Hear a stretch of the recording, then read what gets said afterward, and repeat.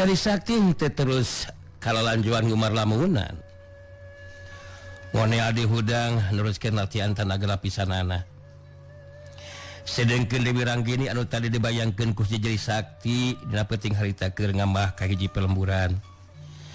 Lantaran ngerasa capek jadi boga pamikiran rek milu mondok di salah sahiji imah warga pangisi eta lembur. Waktu Dewi Ranggini ngadeukeutan kalebas salah sahiji imah ku kaseukeutan pangdengena jadi ngadenge sora anu keur ngobrol di jero eta imah. Anu jadi narikana perhatian Dewi Ranggini mah ngadenge sora awewe kolot anu keur cumarita. Janten Den Jarasena sedang manggali teh bade ngabujang ka dusun Panembongnya. Oh, minangka diutus ku pangarsa Kibiut Ireng. Oh, sumuhun mangga teh teuing bade ngiring kulam di dieu mah Den Jarasena. Mung hapunten we da kaya norompok mah sakieu buktosna geuningan Aden. Dewi Ranggini jadi curing hak kadenge caritaan awewe kolot anu nyebutkeun ngaran Jarasena si pedang tanpa wujud. Dewi Ranggini ngagerentas dina jero hatena. Betul kabeneran aing lumampah teh. Pugulkeun neangan anu ngaran Jarasena si pedang tanpa wujud. Si horeng sarwa kapentingan di jalan geuningan. Sarwa kapentingan. Rek milu mondok di eta imah. Jadi penasaran hayang nyaho rek diintip jeung didengekeun obrolanana. Bade hayang ningali nu mana Jarasena teh. Dewi Ranggini harita lempang lalaunan meh henteu nimbulkeun sora. Sanggeusna deukeut ti gigireun imah tina lebah sela-sela liang bilik harita Dewi Ranggini bisa ningali tilu urang jalma anu keur ngariung ngalobrol. Awewe kolot minangka pribumi anu boga imah. Di hareupeunana Dariuk Sila Jarasena jeung Manggali. Dina sajroning ngintip jeung ngadedengekeun obrolan, Dewi Ranggini jadi nyaho nu disebut Jarasena teh jajaka anu kasep rupa. Sedengkeun lalaki anu geus aya umuran nalah Manggali. Harita Manggali anu keur cumarita. Ahai. Den Sena alias Jarasena si pedang tanpa wujud. Demikian pula halnya dengan Manggali, sangatlah menuhunkeun ka emak yang mau membagiakan sebagai pribumi mak. Harap menjadikan perhatian Den Sena teh mah adalah jago kepercayaannya Pangarsa nu Agung Kibiut Ireng mah. Jadi sudah wajibnya lah kalau sama emas sebagai pribumi untuk merhatikan tuang leutnya mak. Jadalin ya minangka hormatan gitu. Dan juga emak diharap jangan merasa lebar untuk memerek jamuan, minuman dan leuteun, dahareun juga yang arenak gitu mak. Oh, mangga kahartos kumaha oge Manggali. Ari ayeuna mah da puguh wangi atuh. Ngapunten we mung tiasa ngahormat tuangeun leuteun nu salah kadarna saya aya. Keun enjing sateuacan arangkat mah hayam emak si borontok urang peuncit Manggali. Oh, ahai. Ya harus begitu mak. Harus begitu. Menjadikan memang sekudunya untuk membahagiakan kehormatan kepada ini Den Sena. Ini bukan orang sembarangan. Bukan begitu Den Sena. Memang benar sakuduna kitu mah. Nyada mage pasti ngarti atuh mun teu ngabagiakeun ku hormatan ka kuring. Gandung harti henteu hargaan. Tang tuwe kuring bakal kasinggung mak. Kangaranan kuring geus kasinggung perasaan mah emak bakal ngarasakeun akibatna mak. Komo saukur sosorangan di imah. Dalah sanajan dibaturan ku jago-jago di ieu lembur paribasana. kuring mah moal asup karena hitungan kangaranan jago lembur mah. Jadi isukan mah samemeh kuring jeung manggali teruskeun lampah omat sugemakeun kuring ku kadaharan anu ngaraneunah mah. Sumuhun mangga Aden mangga den Jarasena mangga eta anu disaurkeun ku Aden sareng manggali tangtos bakal diperhatoskeun ku emak sang emak oge anu kedah dihapunten teh ayeuna muhun da mah teh henteu terang manawi henteu bade aya Aden sareng manggali ngiring kulam di dieu kitu. Ya menjadikan dihampura saat sekarang mama dihapuntennya mah sama bisa dimengerti menorojolnya manggali dan Desena memang di luar dugaan sih mah ya.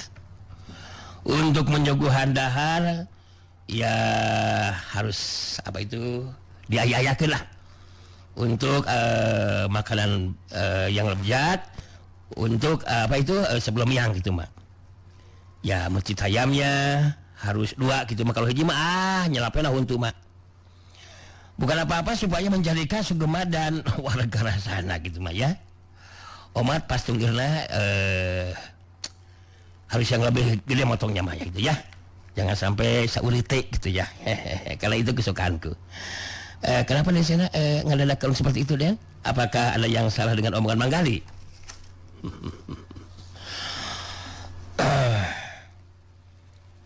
Di luar aya we anu keur ngintip ngadengikeun obrolan urang mang kuring bisa kadenge soreng hapan-napasna ngintip tina celah-celah yang bilik mang sawewena biar peuting-peuting kieu nya. Jangan ngahareuyan atuh den cenah. Masa iya di luar ada dempes mengintip mendengarkan kana obrolan urang menjadikan penasaran oge ye ke manggali mah awewena cantik atau gimana desena ya duka teuing geulis henteu lama mang kudu dipanggihan ieu mah ye kuring penasaran saha eta awewena teh jeung naon maksudna make jeung ngintip segala rupa. Dewi Ranggini harita ngintip di luar henteu ngarasa kageteun. Mun Jarasena nu aya di jero imah bisa nyahueun kana kayaan dirina. Kituna teh lantaran Dewi Ranggini ge ngarti Jarasena si pedang tanpa wujud boga kasagetan pangdenge anu geus kalati.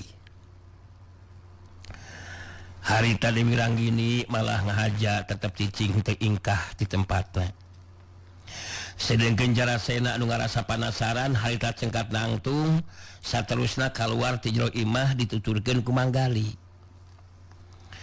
Waktu Jarasena geus aya di lebah buruan imah harita Dewi Ranggini ngagajeng luncat ti gigireun imah gajlong calagedag Dewi Ranggini mancuh dina tangtunganana. Sanajan wanci peuting tapi di lebah buruan memang kacangan ku obor. Jarasena si pedang tanpa wujud neuteub antep pinuh perhatian ka Dewi Ranggini. Sanajan bener Jarasena teh mibanda ilmu silat anu hebat nyata jurus pedang tanpa wujud. Tapi kaseuketan batin mah kawilah teu kalati. Teu matak aneh mun Dewi Ranggini harita ngagunakeun kakuatan daya pamikatna mampu mangaruhan kana perasaan Jarasena dina waktu harita. Dewi Ranggini maledogeun imutna terus nyarita. Ku Jarasena mah sora Dewi Ranggini muwuh ngagalindeng. Aturan Kang Sena. Punten abdi terang kana jenengan teh. Mari tadi memang ngahaja ngintip. Lagi penasaran hoyong terang ka sarira anu neulah Jarasena si pedang tanpa wujud. Nepangkeun heula abdi nu wasta pun Dewi Ranggini. Dan mungkin ayeuna tiasa ditepangkeun sareng Kang Sena oge manggali. Jarasena anu mamaras hatena geus katembus ku daya pamikatna Dewi Ranggini. Anu satalina ngarasa kasinggung ku tindakan Dewi Ranggini, jadi malas tetepan Dewi Ranggini, baik terus nyarita dina sikapna anu hayang meunang perhatian ti Dewi Ranggini. Oh. Jadi gitu anu matak tadi Dewi ngintip teh nya. Nah, naon sababna gelingan bet ngarasa penasaran hayang nyaho ka akang sagarupa gelingan? Upami Kang Sena naroskeun kunaon abdi penasaran hoyong terang ka salira. Memang aya marga lantaranana Kang. Mangrupi pengalaman anu kalapan kudu di abdi. Anu ngajadikeun abdi lunta sakaparan-paran Kang. Jarasena geus repok pisan ngomong tapi kapiheulaan ku manggali. Au. Nantilanan. Punten ieu cenah punten. Kita janganlah tipe porose dan juga langsung percaya begitu saja. Jangan percaya begitu saja ke orang anyar pinangi, Den. Haruslah diakui Nyimas Dewi ini memang cantik, menarik hati. Akan tetapi kenapa bisa menganyahuankeun Den Sena dan Manggali ada di dalam rumahnya si Maomi? Menjadikan ada kurang hati menurut Manggali mah. Oh. Gitunya. Ya iya dong. Abdi satalina mah keuringan di eta bumi mah. Mung abdi nguping di lebat bumi teh aya anu ngobrol. Waktu disebat ngeunaan Kang Jarasena. Abdi langsung penasaran mah. Naon margina penasaran? Tah eta anu bakal dijelaskan ku abdi teh. Jarasena ngareta Manggali balitus carita. Urang teu kudu ngarasa curiga mah. Sok sanajan bener ka karek kampung ayeuna. Kuring teu signa ngarasa curiga mah. Sok sanajan jeung Dewi teh anyar pinanggi, ya ulah waka ngaganggu kana obrolan kuring jeung Dewi atuh Mang. Iya siap Den. Au. Siap Den Sena. Coba jelaskan ke Akang. Naon sabenerna nu karanapan ku Dewi? Pangna nepikeun ka terus jadi kalunta-lunta teh. Terus naon hubunganana jeung kapanasaran Dewi? Pangna hayang nyaho ka Akang, sok jelaskeun ka Akang. Janten kieu Kang Sena. Anu karanapan ku abdi mangrupikan nyeri sareng kapeurih anu moal hilap Kang. Sok sanajan dugikeun ka rup ku padung rap ku lemah. Jago ngora anu neulah si jari sakti. Katarik hate kapentang rasa. Mika cinta ka dari abdi. Tapi abdi ge terang si jari sakti teh tos kagungan garwa Kang. Tapi manehna keukeuh maksakeun ka hayangna. Dugikeun ka tarungna sampun bapa. Sanes nemukeun diri Kang. Pun bapa ge kaetang jago kolot. Tapi waktu si jari sakti ngagunakeun ilmu silat jurus pedang tanpa wujud. Pun bapa ajar binasa Kang. Dina kayan hati anu hancur. Abdi kabur. Mari kita miharap upami dugikeun ka pemilikku si jari sakti. Dina sajoring abdi lumampah ka paran-paran teh. Beteras ngupingeunaan Kang Jarasena si pedang tanpa wujud. Kaitang jauh kapercaya laki biut ireng. Kalau jadi kapanasaran ke abdi mah. Nah aya hubungan naon antara Kang Sena jeung si jari sakti? Anu teteh mibanda kemampuan jurus pedang tanpa wujud. Nah saguru saelmu jeung si jari sakti teh. Jarasena mun seug ti beurang bakal leuwih jelas katingalina parobahan pasamuan beungeutna anu ngamuka kaget. Ngadenge caritaan ti Dewi Ranggini ngeunaan si jari sakti anu ngagunakeun jurus pedang tanpa wujud. Menang sajongjongan Jarasena ngahulang masih tacan cumarita. Ningali Jarasena ngahulang Manggali harita nu nyarita ditujukeun ka Dewi Ranggini. Sebentar dulu ya Nyimas Dewi ya. Terus terang Manggali menjadikan kaget. Sabab bari apa itu mendengi ayeuna mun si jari sakti boga kemampuan jurus pedang tanpa wujud. Apakah Nyimas Dewi tidak mengreka-rekaan? Ya maksudnya menjieun-jieun gitu. Terus yang dimaksud ku Nyimas Dewi yang cantik ini si Jari Sakti yang pamajikannya bernama Anikanti bukan? Nya. Si Jari Sakti salakin Anikanti, Mang. Abdi nolak, da abdi geus terang mainna teh geus boga pamajikan, Mang. Tajantan kitu kaayaan anu karanapan ku dari abdi teh Kang Sena. Janten kapanasaran ke abdi mah nah si Jari Sakti sareng Kang Sena teh saguru saelmu. Lagi abdi nyaksian kana Lumang Suratarung, si Jari Sakti ngagunakeun jurus pedang tanpa wujud, Kang.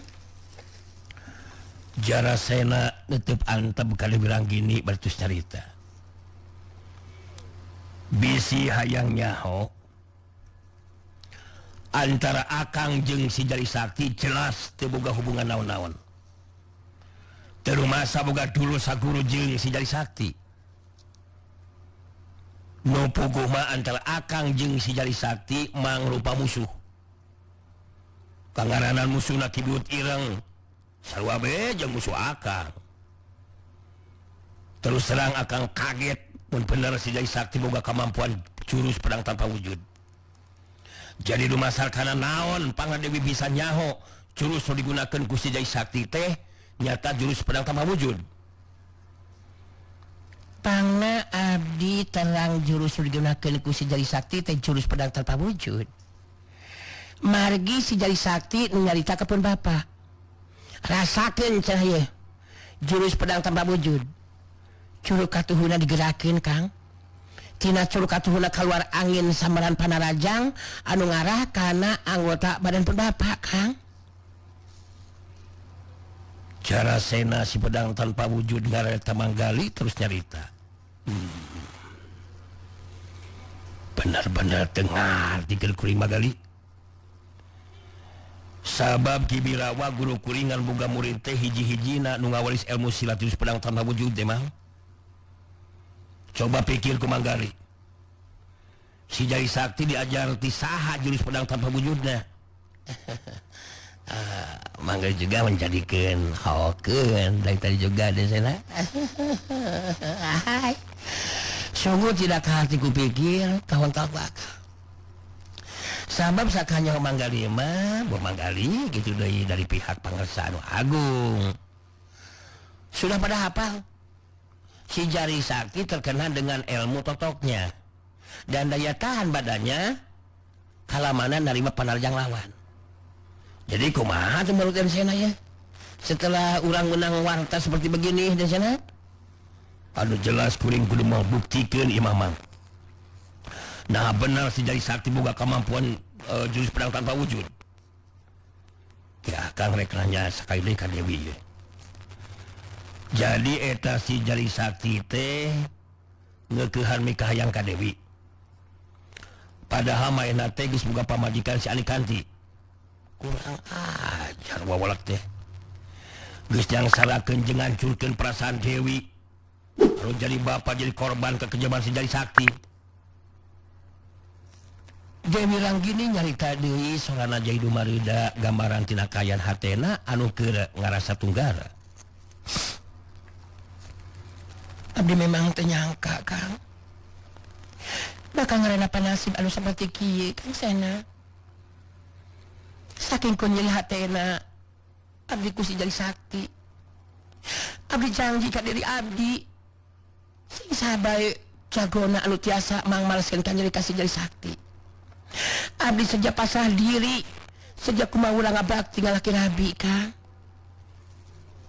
Jarasena si pedang tanpa wujud anu geus kapangaruhan ku daya pamikata Dewi Ranggini jadi beuki tambah kuat geteran perasaanana.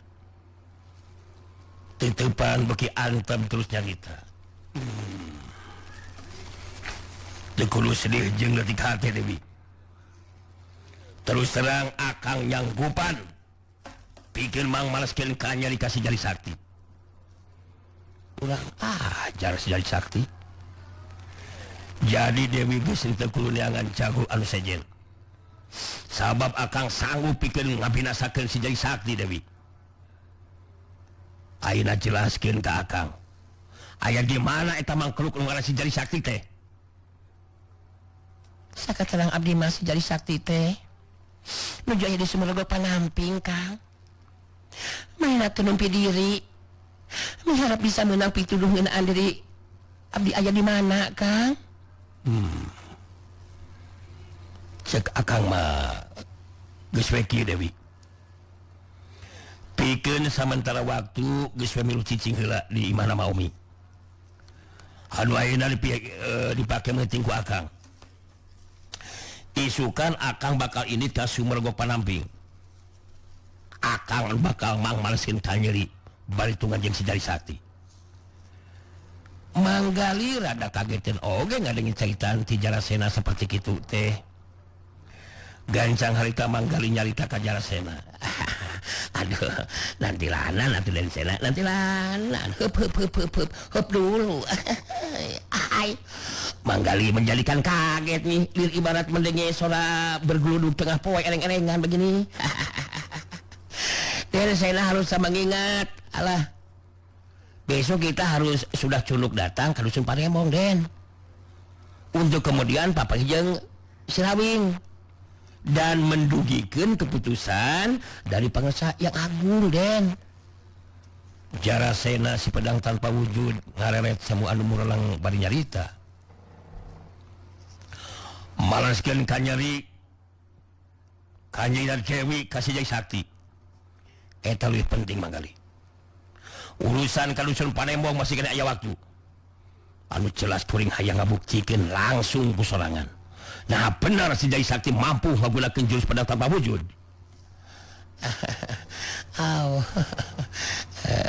sebentar heula Den nanti lanan itu jangan sampai gulung gusuh jangan sampai tipe porose Den menurut Manggali mah haruslah dipertimbangkan yang asak dulu Den Sena jangan sampai gerges gedebuk lah kita janganlah melelewodehkan perintahnya Pangestu Agung gitu Den jadi maksud Manggali mah kita menjunjung dulu ke Dusun Panembong nah setelah itu baru kemudian kita melakukan balitungan dengan si Jai Sakti begitu Den ya dan juga harus punya ide go tuh bisa gitu Manggali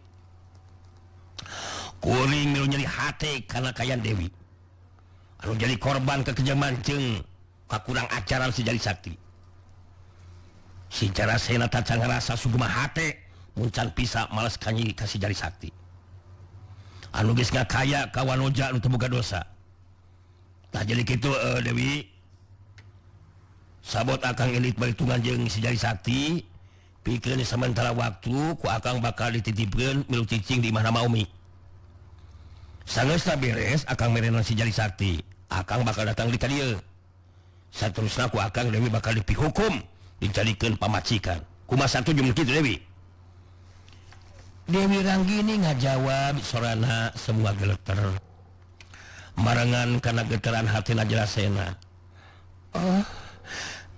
jantan kitu maksud Kang Sena teh nya abdi teh kinten bingah sareng bagja upin kasauran Kang Sena sapertos kitu abdi moal bade baha Kang abdi saja ngiringan harapan abdi mugi be Kang Sena leres tiasa mangmalasin ka nyeri ka si Jari Sakti Kang Manggali harita nyobaan ngingetkeun ka Jarasena nu boga karep leuwih mentingkeun balitungan jeung si Jari Sakti jeung tibatan datang heula ka Dusun Panembong maafkan Manggali nih ya di sana ya menurut Manggali mah Den ya seperti yang tadi sudah ditepikan gitu Den ya besok mah lebih baik menjunjung dulu ke Dusun Panembong Den setelah itu barulah kita membalaskan nyeri balitungan dengan si Jari Sakti Den bukan apa-apa sebab Manggali tidak mau nantinya kita dianggap memomorekan perintahnya Pangestu Agung tahu sendiri kan Pangestu Agung kalau sudah mengamak tak bisa Mang tak bisa gimana Den tak bisa kuring bakal tetap balitungan heula jeung si Jari Sakti Manggali teu kudu terus-terusan ngingetan ka kuring si Jarasena lain budak leutik mah sadaya nu rek bela jeung Mang Malsin kanjadi ka Dewi mulai dikuring mah hayu Dewi jeung akang urang asup ka jero imah ayeuna mah ku akang rek dititipkeun ka Maomi pilu heula cicing pikeun sementara waktu hayu Dewi Dewi Ranggini datang nyamperkeun terus lempang ngarendeng bersiga nu geus loma we duanana terus malulu rek asup ka jero imah Manggali nuturkeun ku paneuteupna bari ngagerendeng ngomong sorangan. Menjadikan aya-aya we, ieu mah yapi omongeun teh. Teu kuahan teh nya. Baru juga berkakarek panggih. Tapi Jarasena siga anu langsung ka paut hatena. Menjadikan langsung jatuh cinta ka Dewi Ranggini sigana teh. Ieu mah kumaha rodel itu teh. Harus bagaimana kumaha sikap tindakan aing ya. Sudah diomongan dan diingetan tapi Jarasena mereka dawang. Tidak mau ngagugu karena usul aing. Ieu mah kecelakaan ieu mah. Akan menjadikan barabe ieu mah kalau nanti ada yang membejakeun kaki buyut ireng bahwa Jarasena sudah mawa karep serangan. Ternyata Jarasena termasuk celemeuh juga ini.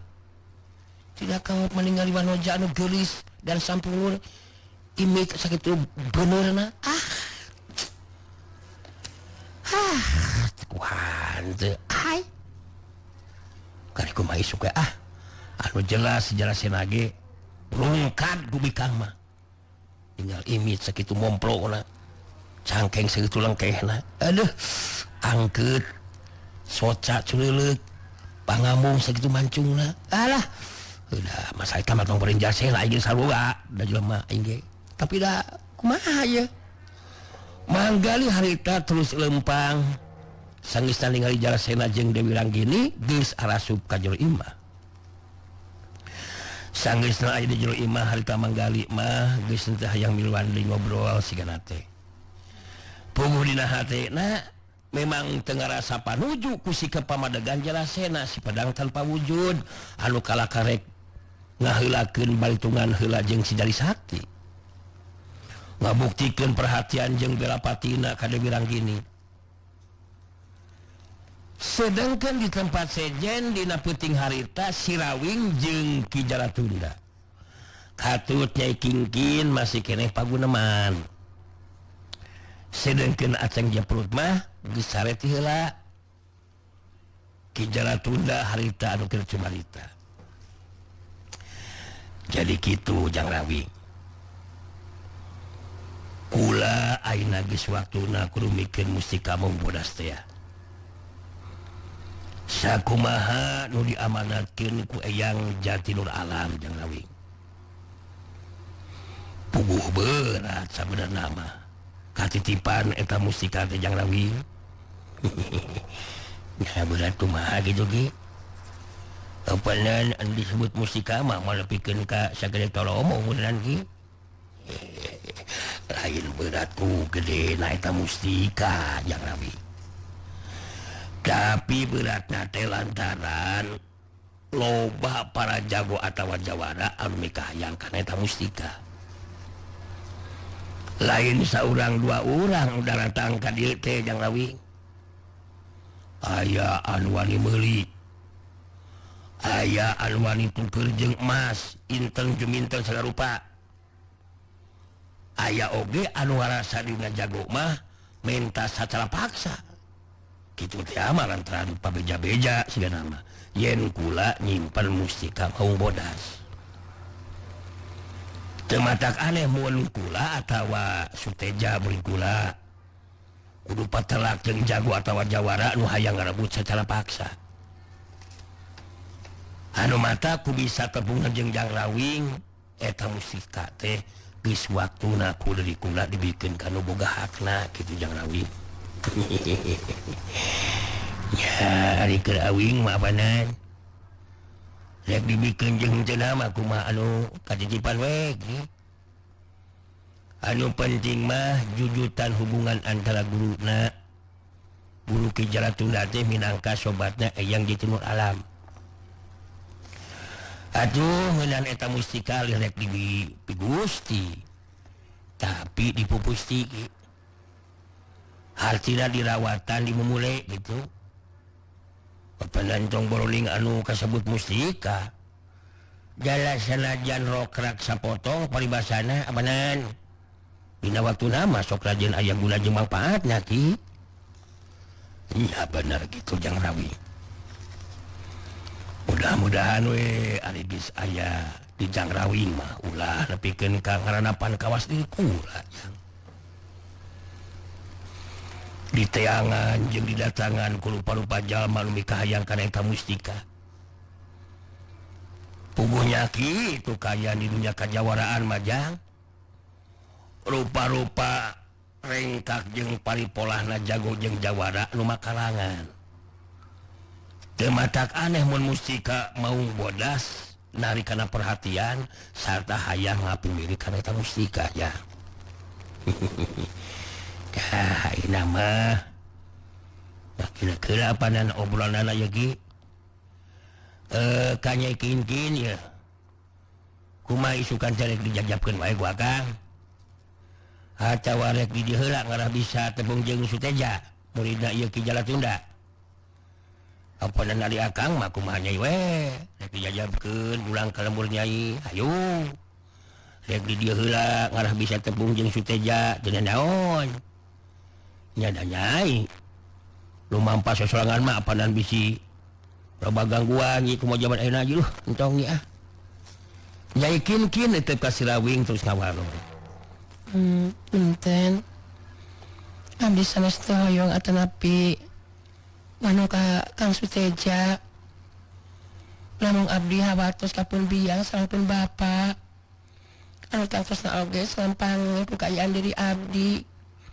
Anu dicanat secara paksa aku Ki Barakula. Janten upami henteu kaabotan mah. Deda pitulung ka Kang Rawing we. Biasa diserangan langsung ka pilemuran Kang. Apanan ari geus jawaban kitu mah ti nyai.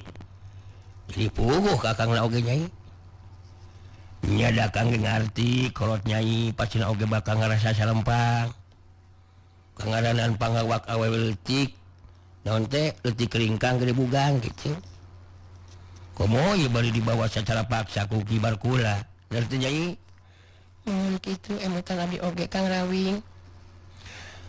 Atuh abdi ge teu kitu nganuhunkeunana moh ka Ki Jalatunda kitu di Kang Rawing. Mohon da upami Kang Rawing teu tiasa ngungkulan Ki Barakula mah duka kumaha nasib abdi salajengna Kang. Ki Jalatunda nu harita mailan kana caitaan Nyai Kinkin. Bener eta caitaan si nyai teh. Sabab kejadian tadi sore mun kula anu ijen jajaten ngayunan Ki Barakula tak cantang tuh kula mampu mukulan ajen pangartina. Kitu teh lantaran kula ge nyaho senjata tumbak pondok nu digunakeun ku Ki Barakula teh ku Ki Barakula ngalung kakuatan tuah kasakten. Cacakan Jang Rawing ge tadi mun henteu ngagunakeun kakuatan ilmu pamungkas mah cantang tuh bisa ngungkulan ajen pangartina Ki Barakula. Ngan ku ayeuna kejadian tadi sore teh bakal aya buntutna Jang Rawing. Nah, ya buntutna kumaha gitu Ki? Maksudnya Ki Barakula bakal balas dendam gitu lantaran nyeri hate ke daerah jajatin atau kumaha teh Ki? Ki Barakula mah geus malwani dinjeun masalah.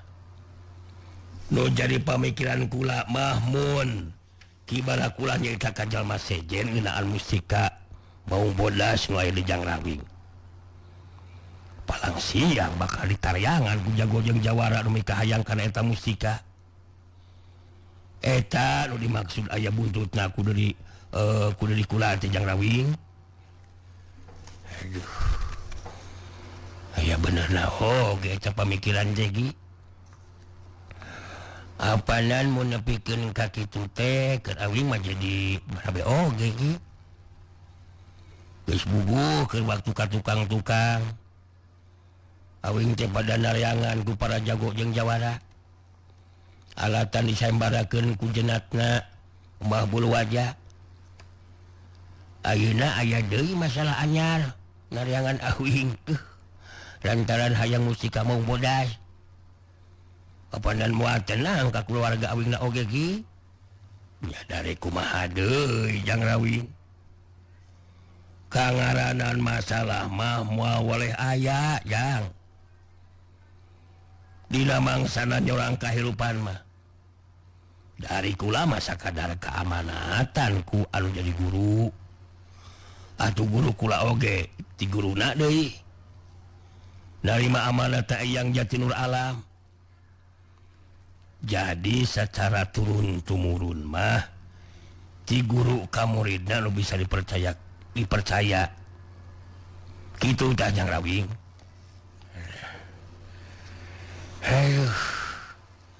Ya apa dan hari gitu mah ku abing oge henteu bisa dimamorekeun eta mustika teh ki. Eta si Nyai geus ngalangut kitu geuningan Nyai. Sarekeun kitu Nyai ah. Apa dan moal eces ah milu guntengna oge bari ngalangut kitu mah Nyai. Mun abdi tos tunduk ieu teh Kang Rawing. Ki Jalatuna anu harita nyarita ditujukeun ka Nyai Kinkin. Kukulapan tadi geus dituduhkeun enggon keur Nyai. Teu kudu asa-asa sok golerkeun we kitu Nyai. Geus kitu mah harita Nyai Kinkin puguh memang geus tunduk.